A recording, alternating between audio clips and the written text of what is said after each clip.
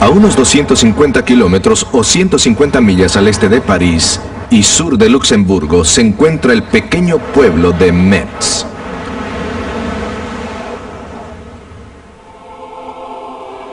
Como ocurre en muchos lugares en Europa, la ciudad y su catedral están ligadas a la historia que se extiende por siglos. Consagrada el 27 de junio de 1039, la catedral se levanta como testamento a la arquitectura de esa generación. Pero lo más intrigante de la iglesia es la identidad de una de sus estatuas a la derecha de la puerta principal. Se supone que la estatua fuera Daniel el profeta, pero es en realidad la del Kaiser Wilhelm II. Este era un líder joven y ambicioso, convencido que debía gobernar sobre un imperio mundial. Pero había oído de las profecías de Daniel que decían que esto era imposible. Así que cuando aceptó ponerle un nuevo techo de plomo a la iglesia, pidió que le pusieran su cabeza a la estatua. Sin embargo, la historia revela que la vana ambición del Kaiser no se cumplió y que las profecías de Daniel aún permanecen incólumes. Le habría hecho bien si hubiese leído más detenidamente el capítulo que estudiaremos hoy.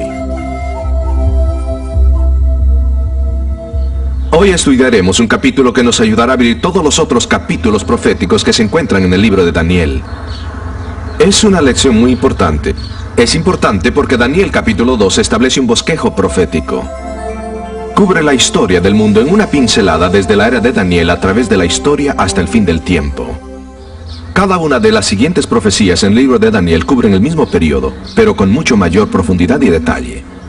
Y aunque todas las profecías usan varios símbolos, solamente repiten y expanden lo que ha sido delineado en el capítulo que estudiaremos ahora mismo.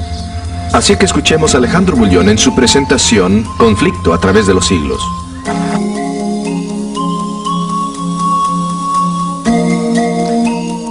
Hola amigos, bienvenidos nuevamente a esta serie de estudios.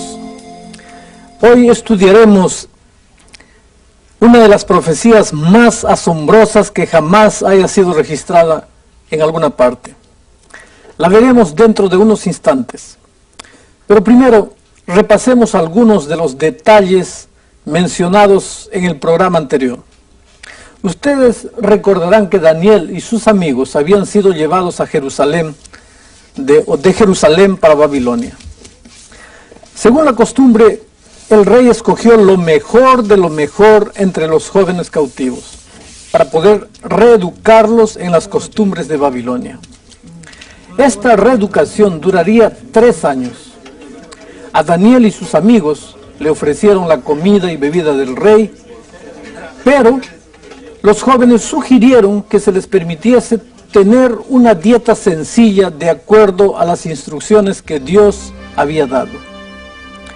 10 días después, ellos estaban no solo más saludables, sino que también se encontraban entre los mejores alumnos de la universidad, siendo 10 veces mejor que cualquier otro alumno.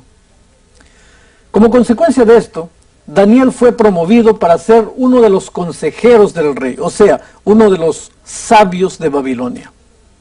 Babilonia fue, sin duda, uno de los imperios más grandes de la historia. Se ha mencionado a esta ciudad como la ciudad de oro, y obtuvo este nombre durante el reinado del rey Nabucodonosor. Nabopolassar, su padre, murió cuando Nabucodonosor estaba haciendo una campaña en las partes más lejanas del imperio babilónico. Cuando llegó la noticia de la muerte de su padre, Nabucodonosor montó en su caballo y galopó a través del desierto. En aquellos días, cuando un rey moría, a menudo había insurrección, y Nabucodonosor quería establecer su derecho al trono. La historia dice que logró hacerlo, y durante los siguientes 44 años reinó victorioso sobre las naciones que le rodeaban. Babilonia disfrutó de prosperidad y llegó a ser la famosa Ciudad de Oro, una de las 7 maravillas del mundo antiguo. Fue atribuida a Nabucodonosor justamente esta grande ciudad. Nabucodonosor se casó con la hija de Ciaceres. Ella parece que no estaba acostumbrada al desierto seco y caliente de Mesopotamia. Así que Nabucodonosor siendo un esposo amoroso, quería que su esposa se sintiese feliz y decidió construir una montaña artificial y hermosos jardines colgantes. No sabemos si logró hacerla feliz, pero sí sabemos que construyó una de las 7 maravillas del mundo antiguo.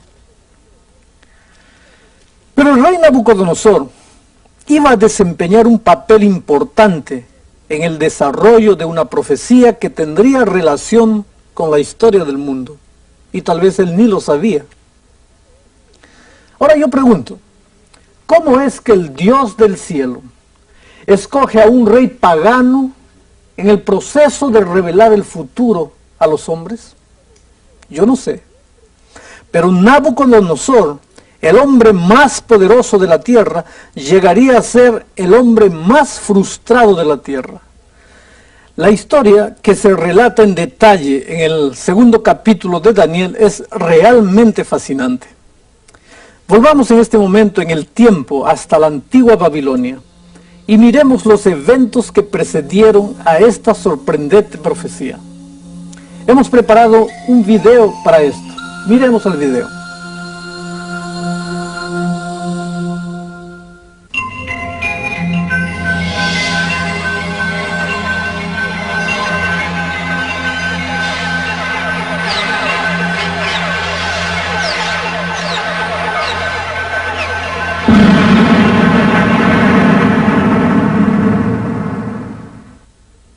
¿Alguna vez se han despertado por la mañana a sabiendas que el sueño que acaban de soñar es muy importante, pero no pueden recordarlo? Eso le ocurrió al rey Nabucodonosor.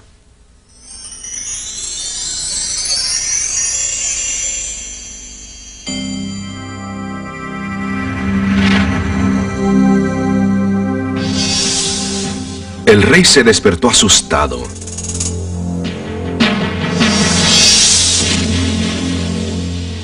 Sentía una premonición. El sueño, no podía recordar el sueño.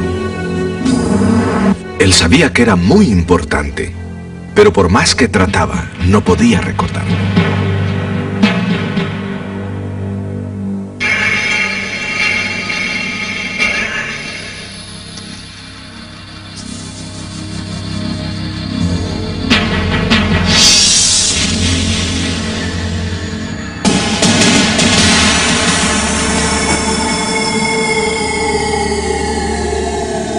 Llamó a su sierva y demandó que se reunieran todos los sabios de la corte inmediatamente.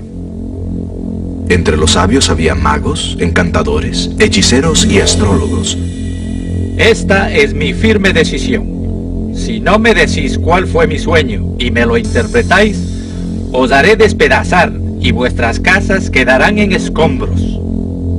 Pero los sabios respondieron que no hay hombre sobre la tierra que pueda hacer lo que el rey pide, ni rey, por grande y poderoso que fuera, que haya pedido tal cosa a mago, o hechicero, o astrólogo alguno. Lo que el rey está pidiendo es muy difícil. Esto puso al rey tan iracundo y furioso que ordenó la ejecución de todos los sabios de Babilonia. Daniel era uno de los sabios y estaba destinado a la misma suerte.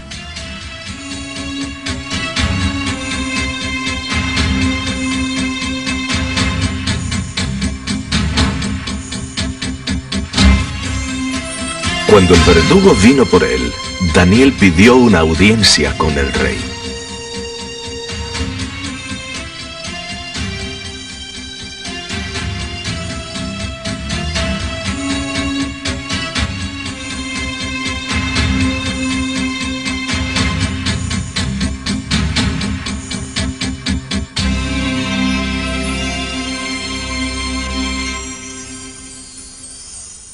Le pidió al rey que le diera más tiempo.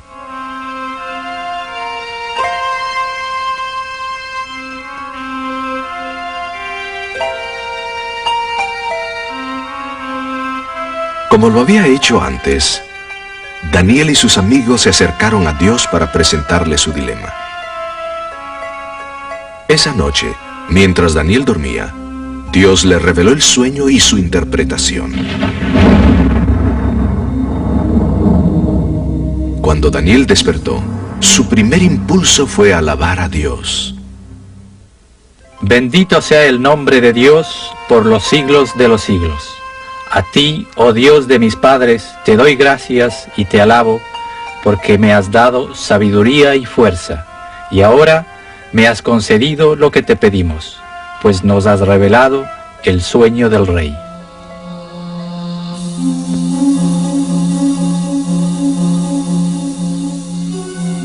Sin duda, Daniel se sintió sumamente feliz de que Dios le revelara el sueño esa noche. Nuevamente su fe fue recompensada. Él se había dirigido al rey con la certeza de que su Dios podría resolver el misterio. Y lo hizo. Imagino que él estaba ansioso, esperando el momento de presentarse delante del rey para darle la interpretación del sueño. Así que Daniel se dirigió al rey con las siguientes palabras. Las voy a leer.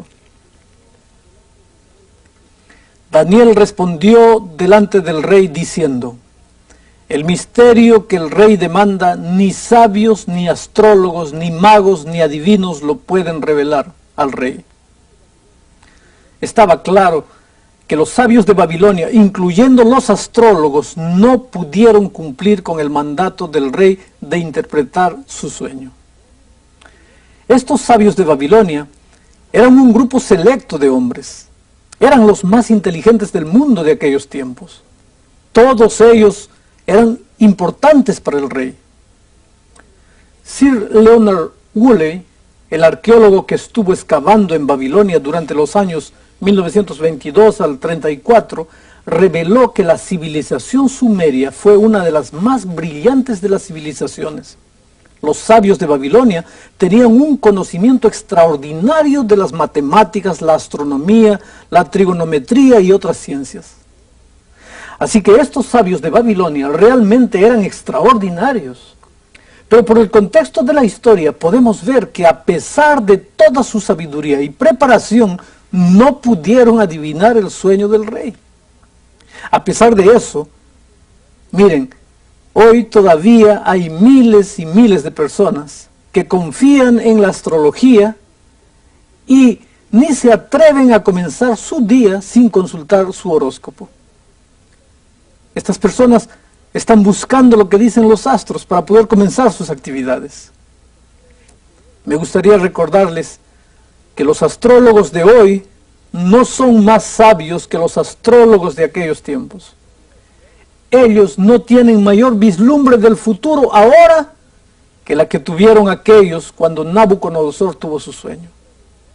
Estos dos grupos de sabios y astrólogos no pudieron revelar el significado del sueño de Nabucodonosor. Notemos, sin embargo, lo que dijo Daniel. Voy a leer el texto. Mas hay un Dios en los cielos, el cual revela los misterios, y él ha hecho saber al rey Nabucodonosor lo que ha de acontecer en los postreros días. Tu sueño y las visiones de tu cabeza sobre tu cama es esto. En otras palabras, Dios es el único que puede revelar el sueño y su significado. Quiero que ustedes noten, mis amigos, que el sueño tiene que ver con los últimos días. En otras palabras, Dios le había revelado a Daniel la historia completa de la humanidad, desde los días de Babilonia hasta nuestros días. Por esta razón es que encuentro que esta profecía es fascinante. Llega hasta nuestros días. Miren cómo Daniel continúa. Tú, oh rey, en tu cama subieron tus pensamientos por saber lo que había de ser en lo porvenir. Y el que revela los misterios te mostró lo que ha de ser. Bueno, hasta aquí el rey ha escuchado atentamente a Daniel, que ahora le recuerda lo que él ha soñado. Y también le da la interpretación, como lo podemos ver a seguir. Tú, Tú, oh rey, veías, y he aquí una gran imagen.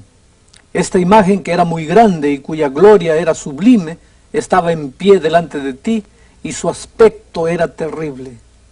La cabeza de la imagen era de oro fino, su pecho y sus brazos de plata, su vientre y sus muslos de bronce, sus piernas de hierro, sus pies en parte de hierro y en parte de barro cocido.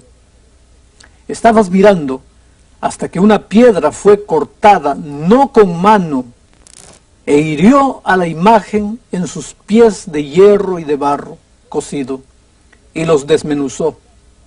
Entonces fueron desmenuzados también el hierro, el barro cocido, el bronce, la plata y el oro, y fueron como tamo de las eras del verano, y se los llevó el viento sin que de ellos quedara rastro alguno. Mas la piedra que hirió a la imagen fue hecha un gran monte que llenó toda la tierra. Justamente, el rey recordó el sueño en este momento cuando Daniel iba hablando. Debe haber sido asombroso ver la imagen que vio Nabucodonosor. Cabeza de oro, pecho y brazos de plata, vientre y muslos de bronce, piernas de hierro, pies en parte de hierro y en parte de barro cocido. Entonces Nabucodonosor vio una gran roca que de repente golpeó a la imagen en los pies y la quebró en 1000 pedazos. Lo que quedó fue arrasado por el viento, y la piedra que golpeó a la imagen se convirtió en una gran montaña que llenó toda la tierra. Ustedes notarán que aquí no se trata de uno de esos sueños comunes, no. Su significado era sumamente profundo.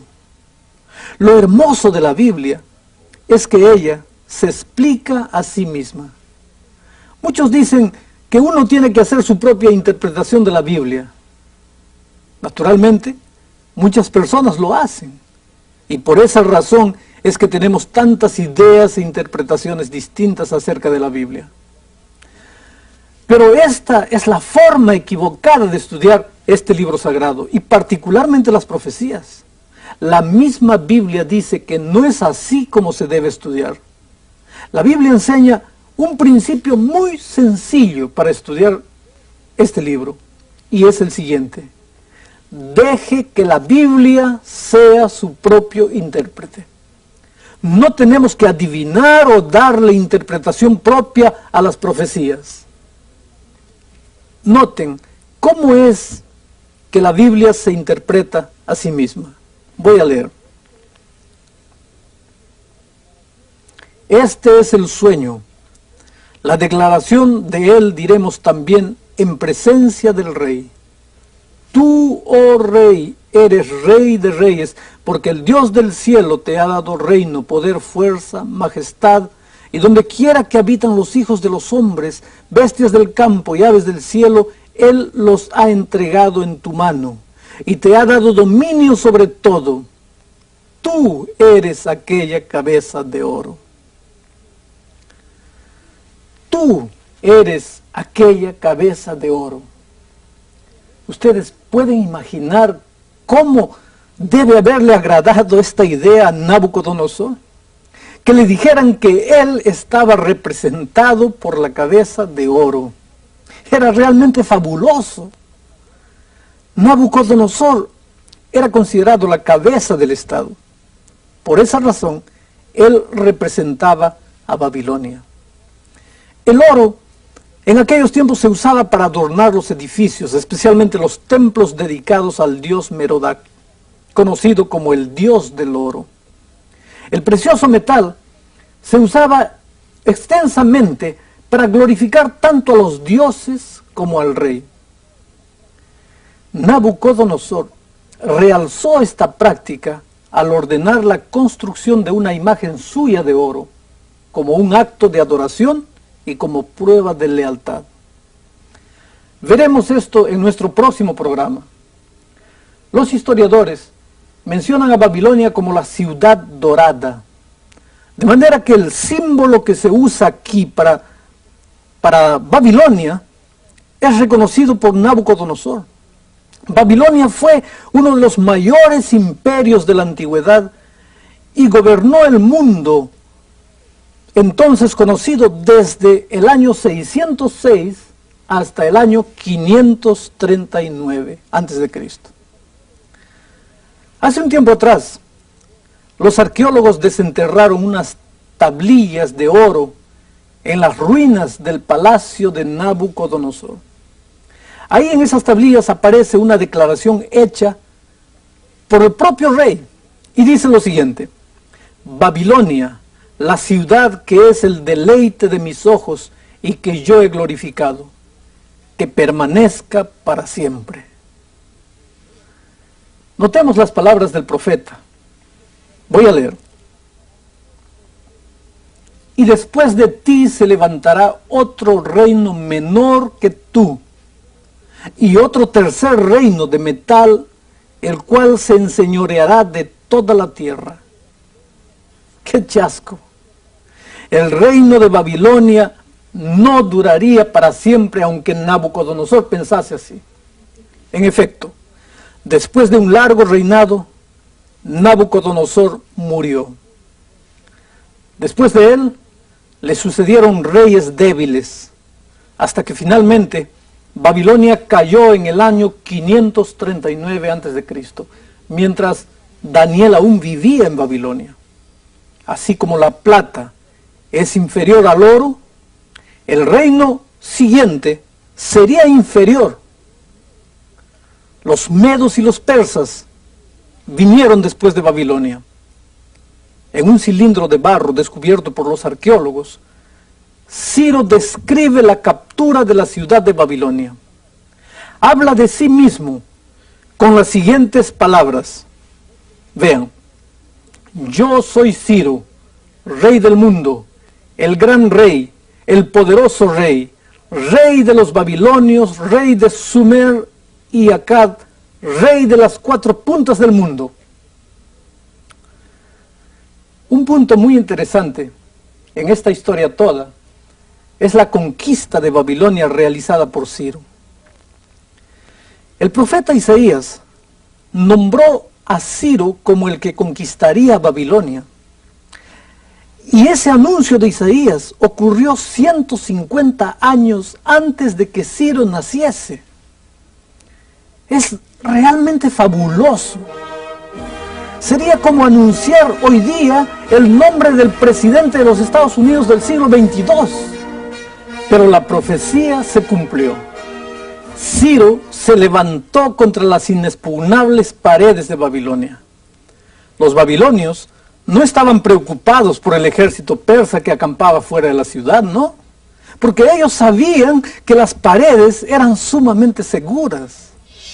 Es más, estaban tan despreocupados que la noche en que cayó Babilonia celebraban una fiesta para todos los dirigentes.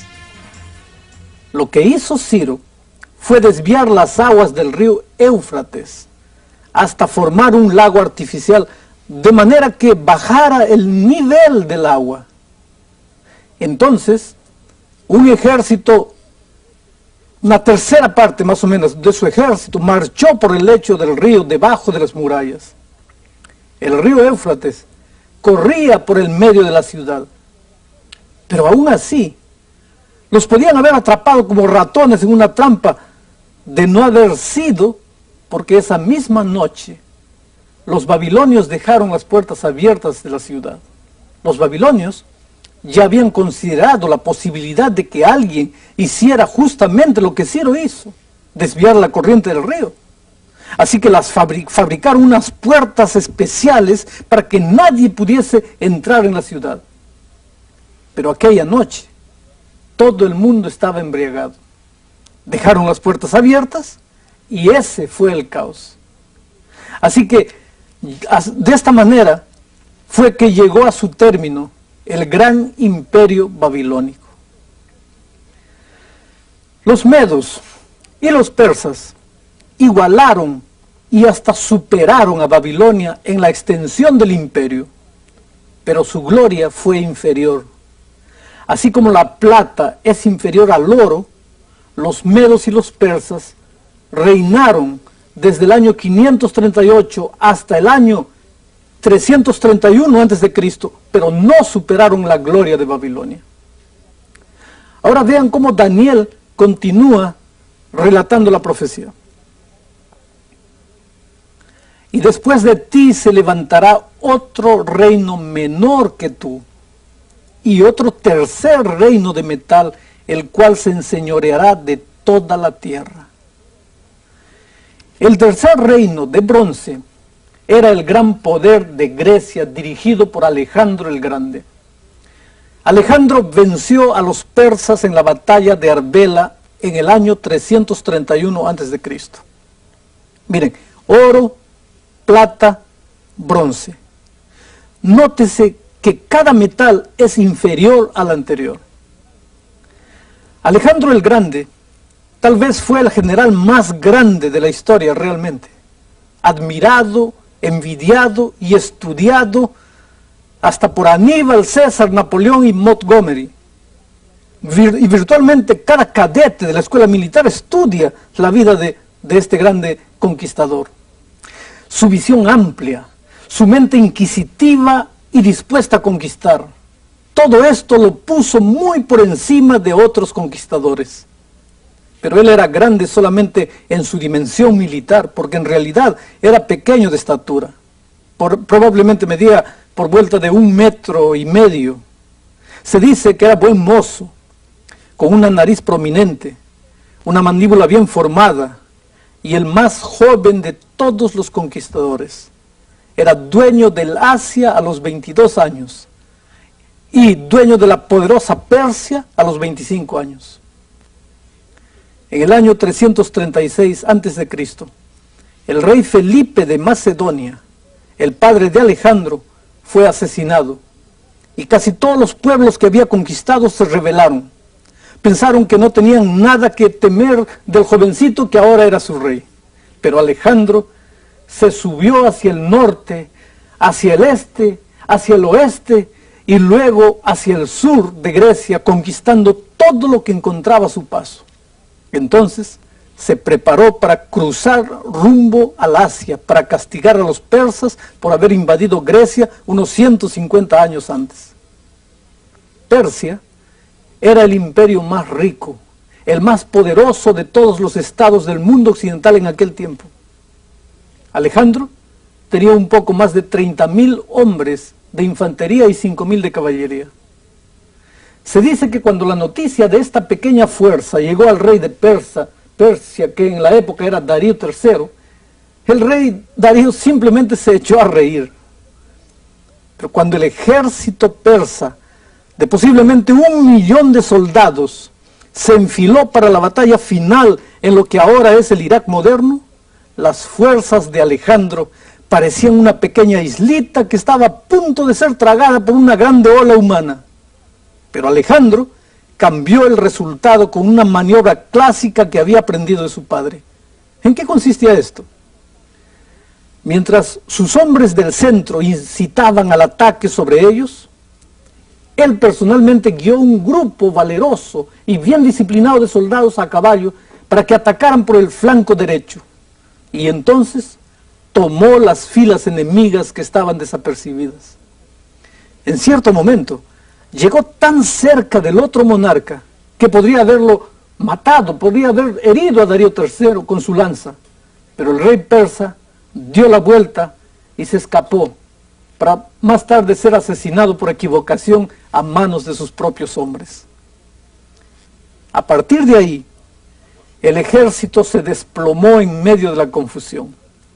A pesar de todo esto, de todo este crecimiento vertiginoso de Alejandro, este hombre murió con solamente 32 años en el año 323 a.C., habiendo conquistado un imperio que se extendía desde el país antes conocido como Yugoslavia hasta la India, incluyendo parte de Bulgaria, Israel, Egipto, Libia, Irak, Irán, Afganistán y la Unión Soviética. 2 siglos y medio más tarde, Julio César, ¿se acuerdan de él? Lloraba y se culpaba de ser un fracasado al leer lo que Alejandro había logrado a la misma edad que Julio César tenía en la época. Bueno, después de la muerte de Alejandro, su reino fue dividido entre 4 de sus generales.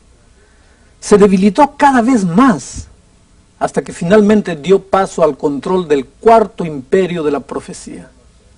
Y Daniel ya lo anunciaba de esta manera, miren. Y el 4º reino será fuerte como hierro, y como el hierro desmenuza y doma todas las cosas, y como el hierro quebranta todas estas cosas, desmenuzará y quebrantará. Después de la caída del imperio griego, en el año 168 a.C., el siguiente poder mundial fue Roma, que continuó hasta el año 476 después de Cristo. Era Roma la que gobernaba el mundo cuando Jesús nació en Belén. Ustedes pueden ver con qué exactitud inequívoca Daniel predice la historia del mundo durante 1000 años. Tenemos el levantamiento y la caída de naciones como Babilonia, seguida por Medo-Persia, seguida por Grecia y luego Roma. La historia lo confirma todo. Estos son los reinos que pasaron. Miren, Babilonia, representado por el oro. Medo-Persia, representado por la plata. Grecia, representado por el bronce. Roma, representada por el hierro. Ahora voy a leerles una cita del libro de Edward Gibbon.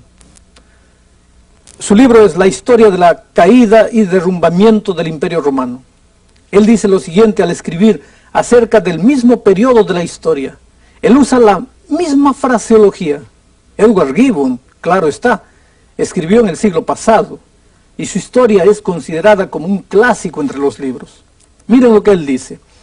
Los ejércitos de la República, a veces conquistados en batalla, siempre victoriosos en guerra, avanzaron con pasos rápidos hacia el Éufrates, el Danubio, el Rin y el océano, y las imágenes de oro o plata o bronce que pueden servir para representar las naciones y sus reyes fueron quebrantadas en sucesión por la monarquía de hierro de Roma. Amigos, nadie se atrevería a sugerir que Gibbon era amigo de la Biblia o de Dios. Era un incrédulo, sumamente sarcástico en lo que se refiere a la Biblia. Esto, para mí, es lo que hace más sorprendente su declaración. Él usa la misma descripción que el profeta usara casi 2000 años y medio antes, 2500 años antes. Oro, plata, bronce y hierro. Muchas veces he pensado que si tú tienes 4 imperios universales, Babilonia, seguida por Medo-Persia, entonces Grecia, y después Grecia, seguida por Roma, tú podrías esperar que cuando Roma cayera, naturalmente debería ser seguida por un 5º imperio, un 6º, un 7º reino. Pero miren lo que el profeta decía, que la historia no se repetiría. Vean lo que dice. Y lo que viste de los pies y los dedos, en parte de barro cocido, de alfarero y en parte de hierro, será como un reino dividido. Mas habrá en él algo de la fortaleza del hierro, según viste el hierro mezclado con el tiesto de barro. Y por ser los dedos de los pies en parte de hierro y en parte de barro cocido, en parte será él reino fuerte y en parte frágil. El profeta Daniel dijo que Roma caería y sería dividida en 10 partes. Algunas de las cuales serían fuertes y algunas serían frágiles o débiles. Ahora vean, alrededor del año 410 después de Cristo, las tribus bárbaras conquistaron Roma. Estaban ahí los godos bajo Alarico, seguidos por los hunos dirigidos por Átila. Después, en el año 456 después de Cristo, los vándalos del norte del África, bajo Genserico, invadieron Italia ellos. Gradualmente, Roma se vio forzada a ceder más y más de su territorio, hasta que 10 de estas tribus, llegaron a ser lo que se conoce hoy como la Europa actual. Esas 10 tribus eran los ostrogodos, los visigodos, los francos, los vándalos, los suevos, los alemanes, los anglosajones, los érulos, los lombardos y los burgundios. 7 de ellos todavía existen en la Europa de nuestros días. Por ejemplo, los anglosajones llegaron a ser los ingleses, los francos llegaron a ser los franceses y los lombardos llegaron a ser los italianos. En una lección posterior leeremos la fascinante historia del poder que destruyó 3 de estas 10 divisiones. Pero ahora pensemos en esta asombrosa profecía. Aquí, 2000 años antes, un profeta hebreo había predicho que habrían 4 grandes reinos que gobernarían el mundo occidental. Después que cayera el cuarto, entonces sería dividido en 10 partes. La atención de Nabucodonosor fue dirigida entonces hacia estas 10 divisiones, o en otras palabras, hacia la Europa moderna de hoy. Escuchen lo que Daniel continuó diciendo. Cuanto a aquello que viste, el hierro mezclado con tiesto de barro, mezclaránse con simiente humana, mas no se pegarán el uno con el otro, como el hierro no se mistura con el tiesto. Aparentemente, habría un plan para unir a Europa mediante casamientos y mediante alianzas y mediante otros medios filiales. La expresión en el versículo 43, mezclado con simiente humana, simplemente significa que tratarían de casarse entre sí, pero esto no daría resultado. Escuchemos nuevamente la profecía de Daniel. Mas no se pegarán el uno con el otro, como el hierro no se mistura con el tiesto. A través de los siglos, los hombres han tratado de unir Europa. Carlomagno en el siglo VIII, Carlos V en el siglo XVI, Luis XIV en el siglo XVIII y Napoleón en el siglo XIX. Fue justamente Napoleón el que dijo: en 5 años yo seré el señor del mundo. No habrá reposo en Europa hasta que esté bajo una cabeza, bajo un emperador cuyos oficiales serán reyes. Cuando el zar de Rusia le recordó a Napoleón que el hombre propone, pero Dios dispone, Napoleón contestó: yo propongo y yo dispongo. La providencia está del lado del que tenga la artillería más fuerte. Pero entonces vino la marcha fatal hacia Rusia. Cuando se le preguntó cómo esperaba vencer a los franceses, el zar Alejandro dijo: dependo de 2 generales, enero y febrero. Amigos queridos, fue el arsenal de nieve, hielo y escarcha lo que derrotó a Napoleón por no tener en cuenta esto. Waterloo selló su destino. En el siglo XX, el Kaiser Wilhelm y Adolfo Hitler realizaron 2 inolvidables tentativas, intenciones para reconstruir el imperio de los Césares. El Kaiser trató de desafiar la profecía de Daniel. Con orgullo ofreció ponerle de nuevo el techo a la catedral de Metz si se reemplazaba la cabeza de la estatua de Daniel con una que se pareciese con él. Imagínense el atrevimiento. Pero eventualmente fue la cabeza del Kaiser la que cayó rodando. Adolfo Hitler se vanagloriaba de que él cambiaría la historia del mundo durante los siguientes 1000 años. Pero Hitler pasó y murió, acabó. El comunismo, dirigido por la Unión Soviética, es ya hoy día una fuerza acabada. Ustedes ven, es interesante observar los acontecimientos en Europa a la luz de esta profecía, porque hoy día hasta la comunidad europea tiene dificultad para unir estos diversos poderes, tales como Francia, Alemania e Inglaterra. El profeta lo había dicho, no se pegarán el uno con el otro. El hierro y el barro son dos metales que no se pueden unir en forma permanente. El hierro y el barro simplemente no se pueden mezclar. Esto quiere decir que nunca más habrá una Europa unida permanentemente. A través de las edades, los hombres han tratado de unir Europa, pero la profecía bíblica anuncia que es en vano. Nadie hasta el día de hoy ha podido hacerlo y de acuerdo a este libro sagrado, nunca lo podrán hacer. Vayamos ahora al sueño del rey. Él recordó la piedra que fue cortada de la montaña sin manos y que hirió a la imagen en los pies y que la partió en 1000 pedazos y luego se convirtió en una gran montaña que llenó toda la tierra. Daniel lo explica de la siguiente manera.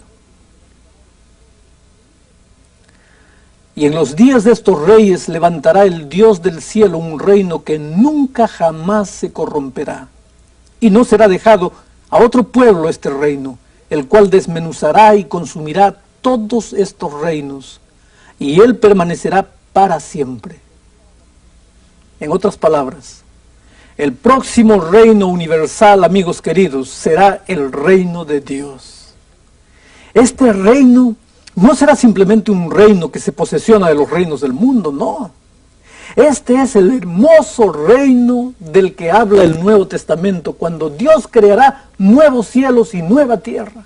Este reino permanecerá para siempre y acabará con todos los conflictos.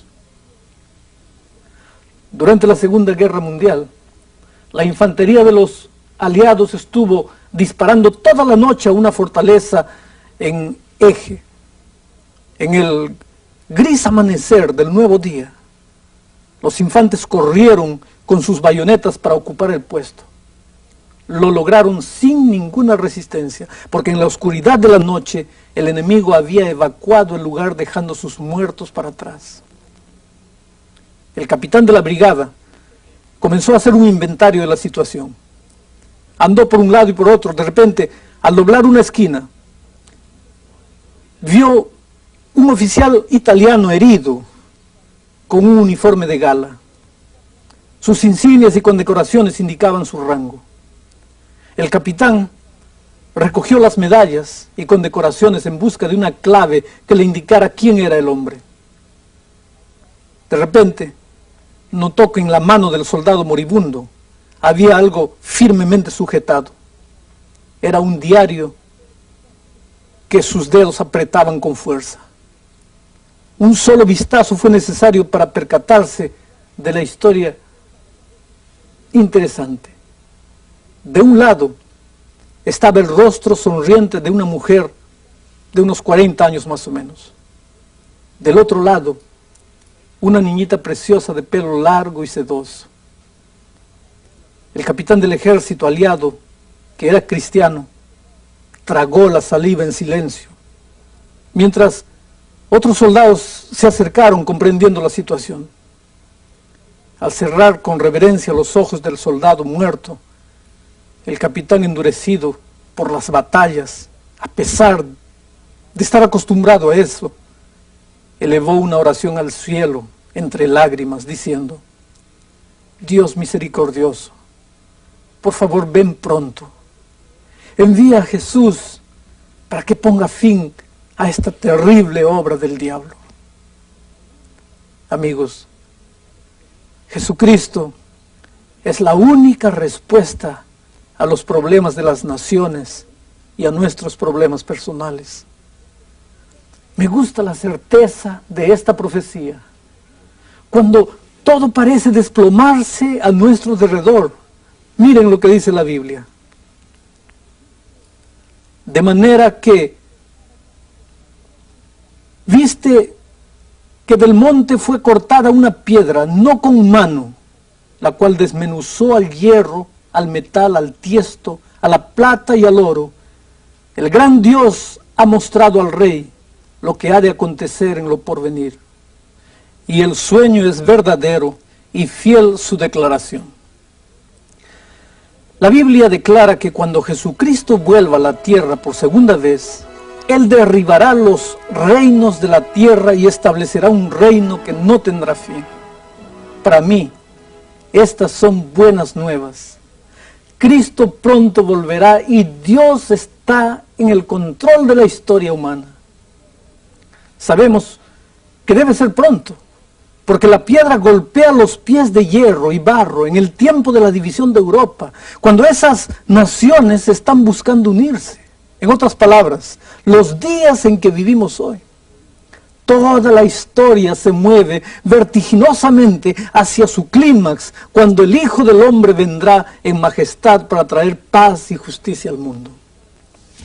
Nabucodonosor podría haber pensado que él estaba en el control cuando se llevó cautivo al pueblo de Dios en el capítulo 1.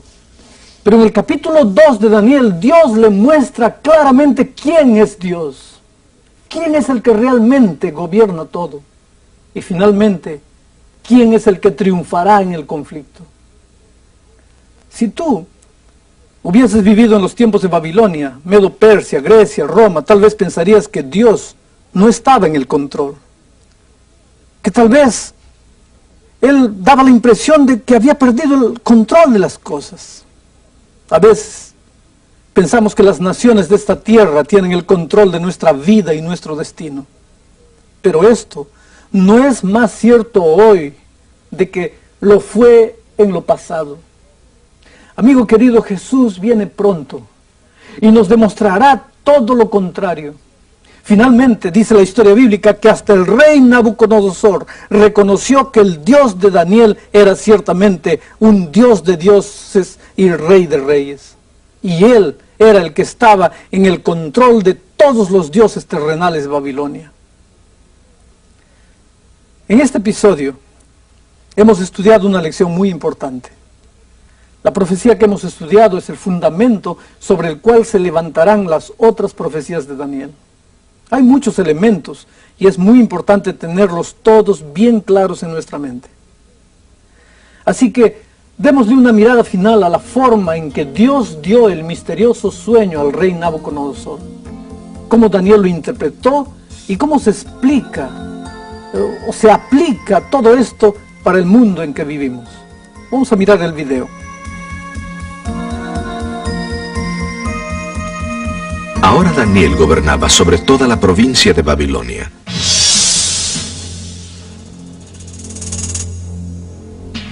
Fue elevado a esta posición porque pudo resolver el gran dilema de Nabucodonosor. El dilema era un sueño que le perturbó toda la noche, un sueño que presentía que era muy importante, un sueño que no podía recordar. Pero sus sabios no pudieron ayudarle, ni aún bajo la pena de muerte. Esta es mi firme decisión. Si no me decís cuál fue mi sueño y me lo interpretáis, os haré despedazar y vuestras casas quedarán en escombros. Pero a causa de su relación con el Dios del cielo, Daniel pudo explicar e interpretar el sueño que Nabucodonosor no podía recordar. Pudo mostrarle al rey que la imagen de su sueño era una representación de los reinos o poderes que dominarían al mundo hasta el fin del tiempo.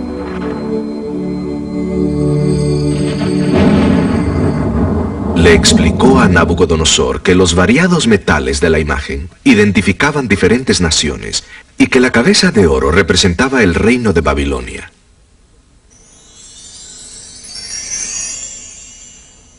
Dentro del libro de Daniel, el capítulo 2 es muy importante.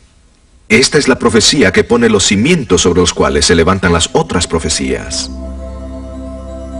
Es una profecía de bosquejo, una profecía que las otras profecías en capítulos posteriores expandirán y darán mayores detalles.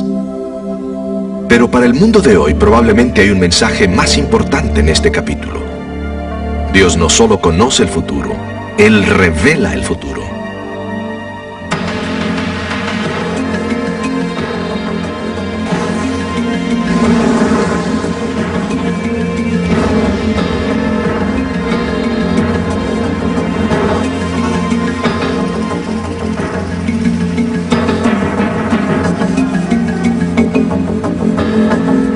El mundo es un lugar de incertidumbre, pero Dios conoce lo que ha de ocurrir.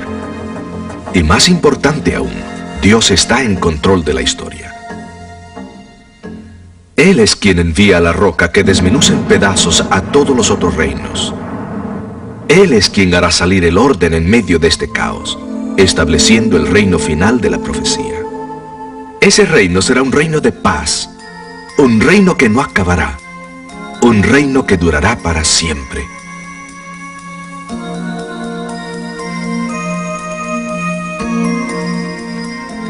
Este reino final de la profecía ciertamente será magnífico y nadie lo querrá perder. Sería una tragedia no ser parte de este gran clímax de la historia. Sabemos que este reino final ha de ser introducido dentro de poco, porque todos los otros reinos, el oro, la plata, el bronce y el hierro con barro cocido, todo eso ya pasó para la historia. Tal como lo predijo Daniel, así se cumplió. Con frecuencia he pensado que si esta profecía tenía razón cuando predijo que Babilonia sería sucedida por Medo-Persia, y que Medo-Persia sería sucedida por Grecia, y que después de los griegos vendrían los romanos, y que los romanos serían después sustituidos por una Europa dividida, y que las naciones de Europa serían unas fuertes y otras débiles, y que nunca se unirían. Entonces, si todo esto se cumplió, parece lógico que también debe tener razón la profecía cuando dice que el próximo gran imperio será el reino establecido por Dios. ¿No les parece? Saben, estoy tan agradecido por tener un Dios que está en el control de todo. Un Dios en el que podemos confiar. Un Dios que se interesa por ti y por mí individualmente. Un Dios que quiere que triunfemos con Él. ¿No quisieras decirle al Señor que estás dispuesto a permitirle que Él tome el control de tu vida? Quiero invitarte para que te unas conmigo en esa decisión. Toma un papel y un lápiz y escribe allí estas maravillosas palabras que verás en la pantalla dentro de un momento. ¿Ya tienes el papel? ¿El lápiz está listo? Entonces, escribe lo siguiente. Me gustaría que Jesús tomara el control de mi vida. Ahora, permíteme explicarte por qué creo que es importante que escribas esto. Cuando el Señor trabaja en nosotros y nosotros le respondemos, se nos hace más fácil responderle la próxima vez, pero si no respondemos, se nos hace más difícil en el futuro tomar la decisión de seguirle. Por eso, es necesario que le respondamos hoy. Quiero animarte para que escribas la frase que viste en el papel. Esa sentencia, esa oración que tú escribes, trata de ponerla en algún lugar donde tú puedas verla de vez en cuando. De esta manera tú estarás reafirmando tu decisión cada vez que veas la sentencia que tú escribiste. Ahora yo quiero invitarte a hacer una oración. Querido Padre que estás en los cielos, muchas gracias porque tú estás en el control de los destinos de las naciones. A veces da la impresión que estamos solos, perdidos y abandonados, pero no es así. En la lección de hoy día vimos que tú estás en el control de todo y en este momento queremos ofrecerte nuestra vida y decirte, Señor, toma el control de nuestra vida. Estamos dispuestos a seguirte y a obedecerte y andar por el camino que tú nos muestres. Danos el valor suficiente para eso. En nombre de Jesucristo. Amén. Mis amigos, en nuestro próximo programa veremos el tercer y cuarto capítulos de Daniel. y veremos cómo la construcción de una imagen en Babilonia tiene consecuencias para los últimos días, y cómo Dios pudo también convertir a Nabucodonosor. Es una historia emocionante. Espero que puedas estar con nosotros en esa oportunidad. Que Dios te bendiga. Hasta luego. Un grande abrazo.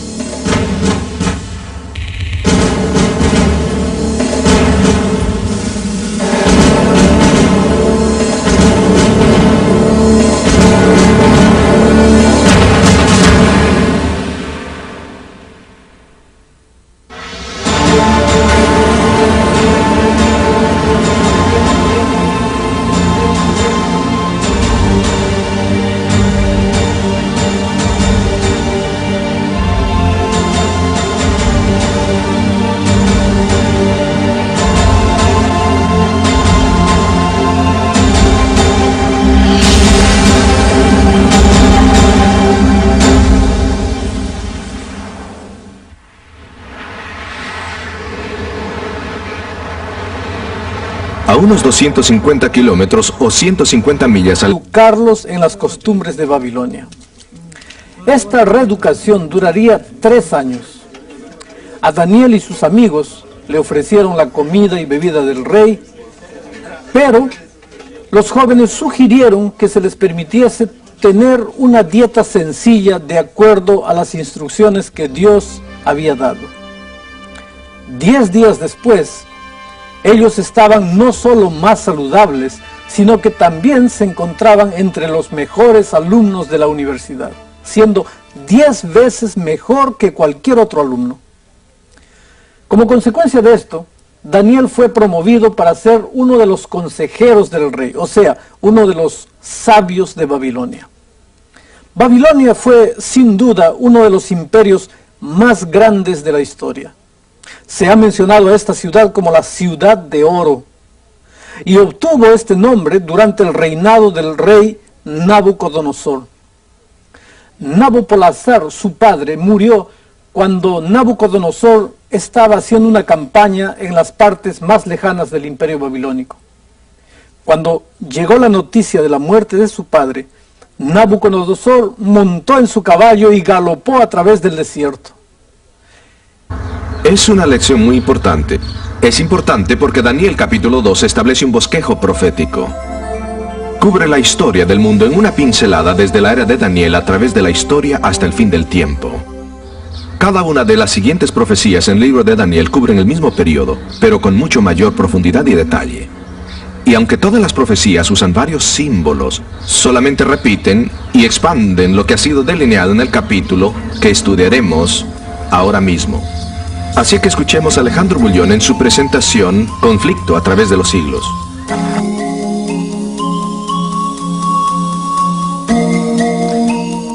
Hola amigos, bienvenidos nuevamente a esta serie de estudios.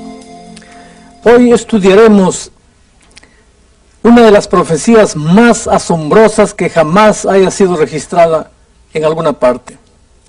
La veremos dentro de unos instantes. Pero primero, repasemos algunos de los detalles mencionados en el programa anterior. Ustedes recordarán que Daniel y sus amigos habían sido llevados a Jerusalén, de Jerusalén para Babilonia. Según la costumbre, el rey escogió lo mejor de lo mejor entre los jóvenes cautivos para poder Este de París y sur de Luxemburgo se encuentra el pequeño pueblo de Metz.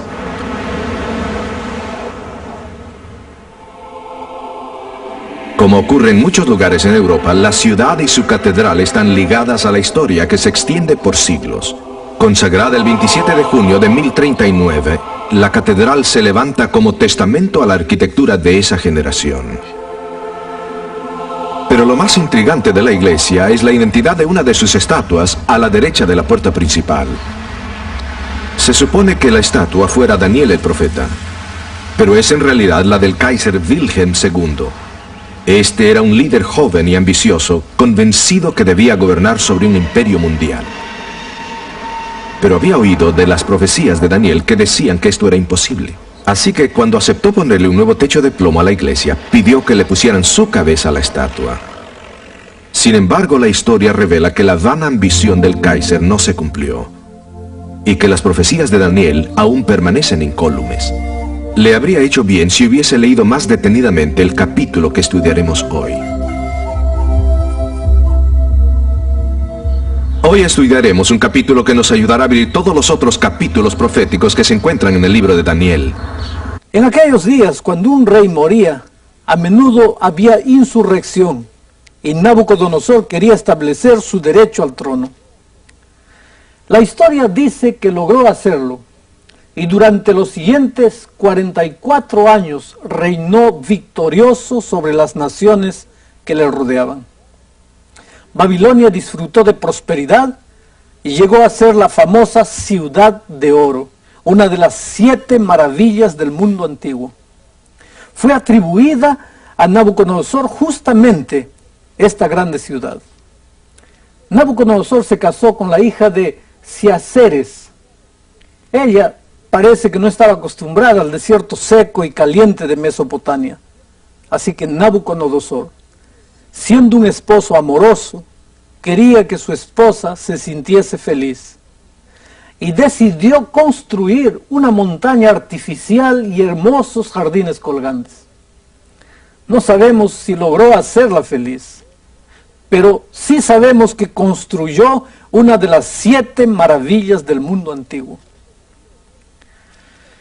Pero el rey Nabucodonosor iba a desempeñar un papel importante en el desarrollo de una profecía que tendría